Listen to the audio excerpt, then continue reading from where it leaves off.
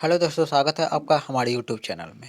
आज के वीडियो में हम लोग बात करेंगे बीबीएम के यूनिवर्सिटी के सेमेस्टर 1 के पॉलिटिकल साइंस माइनर के क्वेश्चन का। ठीक है, उम्मीद है आप लोग का तैयारी अच्छे चल रहा होगा। और मैंने तो सारे सारे सब्जेक्ट का और सारे सिलेबस का अकॉर्डिंग मैंने वीडियो अपलोड करते जा रहा हूँ आप लोग का। ठीक है, तो उम्मीद है आप लोग का वीडियो को अच्छे से देख के समझ के पढ़ाई कर सकते हैं और एग्ज़ाम के लिए बेहतरी से तैयारी कर सकते हैं, क्योंकि जो सारे क्वेश्चन जो करवा रहा हूँ आप लोग को, वो सारे सिलेबस पर ही आधारित है। ठीक है, तो आप लोग को यहाँ इधर उधर भटकना नहीं पड़ेगा और सारे कंटेंट आपको मेरे यूट्यूब चैनल में ही मिल जाएंगे। ठीक है, तो चलिए क्वेश्चन को आज के देखते हैं कि आज के क्वेश्चन हम लोग करने वाले हैं, विश्व व्यापार संगठन क्या है, इसके कार्यों का वर्णन करिए। ठीक है, ये जो विश्व व्यापार संगठन है, ये भी नाम पहले से सुना हुआ है। ठीक है, अगर जान लीजिए कि विश्व व्यापार संगठन नाम से समझ में आ रहा है कि व्यापार यानी कि एक देश दूसरे देश के साथ व्यापार या फिर किसी भी देशों को भी जो व्यापार होता है को व्यापार में सहूलियत प्रदान करने के लिए इस संगठन का स्थापना हुआ था। ठीक है, और इसका स्थापना कब हुआ था? तो 1995 में हुआ था। विश्व व्यापार संगठन की स्थापना 1995 में हुआ था ऑफिशियली। ठीक है, और अगर पूछा जाए कि इसका मुख्यालय कहाँ है, तो मुख्यालय है जेनेवा में। ठीक है, जेनेवा याद रखिएगा, जेनेवा में इसका मुख्यालय है। ठीक है, तो और अच्छे से समझ लेते हैं कि विश्व व्यापार संगठन होता क्या है। तो चलिए देख लेते हैं कि विश्व व्यापार संगठन WTO, विश्व व्यापार संगठन को भी बोल सकते हैं वर्ल्ड ट्रेड ऑर्गेनाइजेशन, यानी कि WTO कह सकते हैं इसको। ठीक है, WTO भी कह सकते हैं। तो WTO का जन्म टैरिफ और व्यापार पर सामान्य समझौता GATT से, यानी कि GATT इसका जो विश्व व्यापार हुआ, WTO का पहले नाम था GATT था, डबल टी है यहाँ पर, GATT था। ठीक है, तो GATT से हुआ था, जिसे 1947 में स्थापित किया गया था। यानी कि अगर पूछा जाए कि GATT का स्थापना कब हुआ था, तो 1947 में हुआ था। बाद में 1995 में ये इसी का नाम बदलकर विश्व व्यापार संगठन हो गया था। ठीक है, तो चलिए देखिए कि GATT अंतर्राष्ट्रीय मुद्रा कोष, विश्व बैंक सहित ब्रेटन वुड प्रेरित परिवार का हिस्सा था। जैसे कि आपको पता ही होगा, जो ब्रेटन वुड सम्मेलन के वजह से ही IMF यानी कि अंतर्राष्ट्रीय मुद्रा कोष और विश्व बैंक का स्थापना हुआ था। दोनों का स्थापना ब्रेटन वुड सम्मेलन का ही हुआ था। तो उसी से प्रेरित होकर हुई GATT का भी स्थापना हुआ था। और कि ये अंतर्राष्ट्रीय लेवल का संगठन है। ठीक है, व्यापार वार्ताओं की एक श्रृंखला GATT दौड़ द्वितीय विश्व युद्ध के अंत में शुरू हुई और इसका उद्देश्य वैश्विक व्यापार की सुविधा के लिए टैरिफ को कम करना। ये टैरिफ क्या होता है कि जब एक देश से दूसरे देश के जब जो व्यापार होता है, देखिए यहाँ पर व्यापार जो होता है एक देश के अंदर नहीं होता है, एक देश का अंदर नहीं, देश से बाहर होता है। यानी कि दूसरे देशों के बीच एक देश से दूसरे देश के बीच व्यापार होता है। वो सब के लिए ये विश्व व्यापार संगठन का स्थापना हुआ था और इसका मकसद था टैरिफ को कम करना, यानी कि जो फीस होते हैं, जो भी कठिनाइयाँ होते हैं, जो भी कर होते हैं, जो भी हाँ ना, वे सारे को कम करना होता, ताकि व्यापार सहूलियत हो सके और सब देश व्यापार कर सकते। ठीक है, GATT का लक्ष्य सभी देशों को MFN जैसी स्थिति प्राप्त करने में मदद करता है, ताकि कोई भी देश दूसरे पर व्यापार लाभ ना रख सके। यानी कि इसका मकसद ये रहता है कि सभी देश व्यापार कर सके। ऐसा नहीं कि एक देश व्यापार करके सिर्फ दूसरा देश को ठग ले और अपना देश का ही सिर्फ फायदा देगा, ऐसा नहीं। सभी देश व्यापार कर सकते हैं, जो भी सदस्य देश के होंगे सभी सदस्य देश इसको व्यापार कर सकते हैं और कोई भी दूसरे को ठग नहीं सकते, किसी भी क्राइम एक्टिविटी में नहीं शामिल हो सकते। WTO ने 1 जनवरी 1995 में GATT को विश्व के वैश्विक व्यापार निकाय के रूप में प्रतिस्थापित कर दिया। यही मैंने बताया कि पहले तो GATT नाम था, GATT उसी का जो इसका स्थापना 1947 में हुआ था। ठीक है, इसी का नाम को बदल के 1995 में 1 जनवरी 1995 में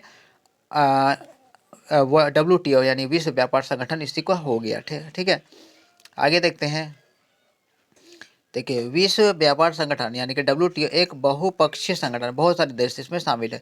इसका मुख्यालय कहाँ है? जिनेवा, स्विट्जरलैंड में, जिनेवा में है, जो कि कौन से देश में है? स्विट्जरलैंड में है। संगठन एक केंद्रीय निकाय के रूप में कार्य करता है, जो वैश्विक व्यापार को सुविधाजनक बनाता है। यानी कि वैश्विक व्यापार, विश्व के देशों के बीच व्यापार और सुविधाजनक हो, कोई दिक्कत ना हो। अगर कोई दिक्कत होता है तो उसमें सारे क्लियरेंस विश्व व्यापार संगठन ही प्रदान करता है। ठीक है, आगे देखिए विश्व व्यापार संगठन के कार्य, इसको कार्य को भी और अच्छे से समझ लेते हैं। तो हालांकि मैंने थोड़ा सा ओवरव्यू पहले ही दे दिया है कि कार्य क्या करते हैं, कि तो अलग अलग देशों के बीच व्यापार को करवाना। ठीक है, व्यापार को सुविधा कराना, कोई दिक्कत हो तो दिक्कतों को दूर करना। ठीक है, वो पहले बता दिया। फिर और अच्छे से और एक बार समझ लेते हैं कि एक पहला कार्य में होता है व्यापार वार्ता। डब्ल्यूटीओ समझौता की संरचना के लिए एक रूपरेखा प्रदान करने के साथ साथ विवाद समाधान तंत्र प्रदान करके देशों को भी व्यापार वार्ता की सुविधा प्रदान करता है। अगर अलग अलग देशों के बीच जैसे व्यापार हो रहा है, अब व्यापार में कभी थोड़ा बड़ा ऊंच नीच हो जाता है, कुछ थोड़ा कम बेसी हो जाता है, लाभ हानि थोड़ा हो जाता है, तो कई कई बार होता है कि अलग अलग देशों में थोड़ा सा दिक्कत हो जाता है, थोड़ा तनाव आ जाता है कि व्यापार में किस तरह तरह नुकसान हो गया।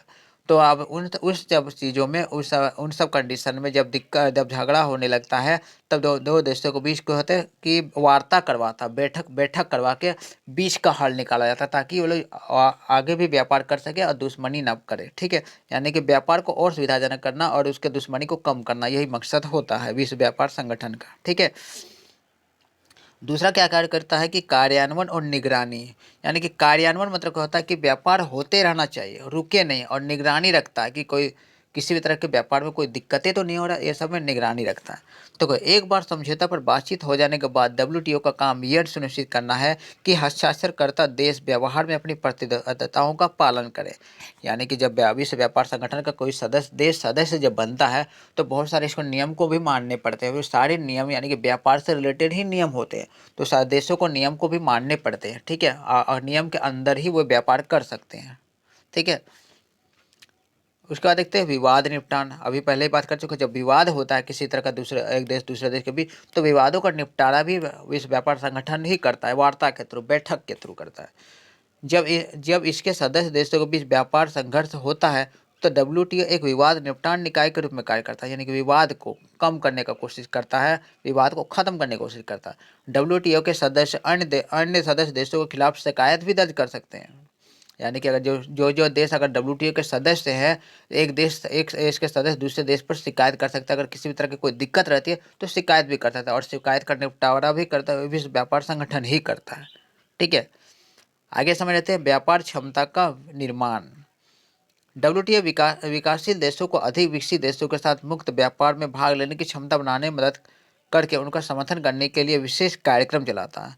डब्ल्यूटीओ क्या करता है, जैसे विकासशील देश होता है और विकसित देश होता है, तो विकासशील देश ऐसा इन्वायरमेंट बनाता था कि विकासशील देश भी विकसित देशों के साथ व्यापार कर सके, वो भी अच्छे से व्यापार कर सकते, कोई दिक्कत ना हो।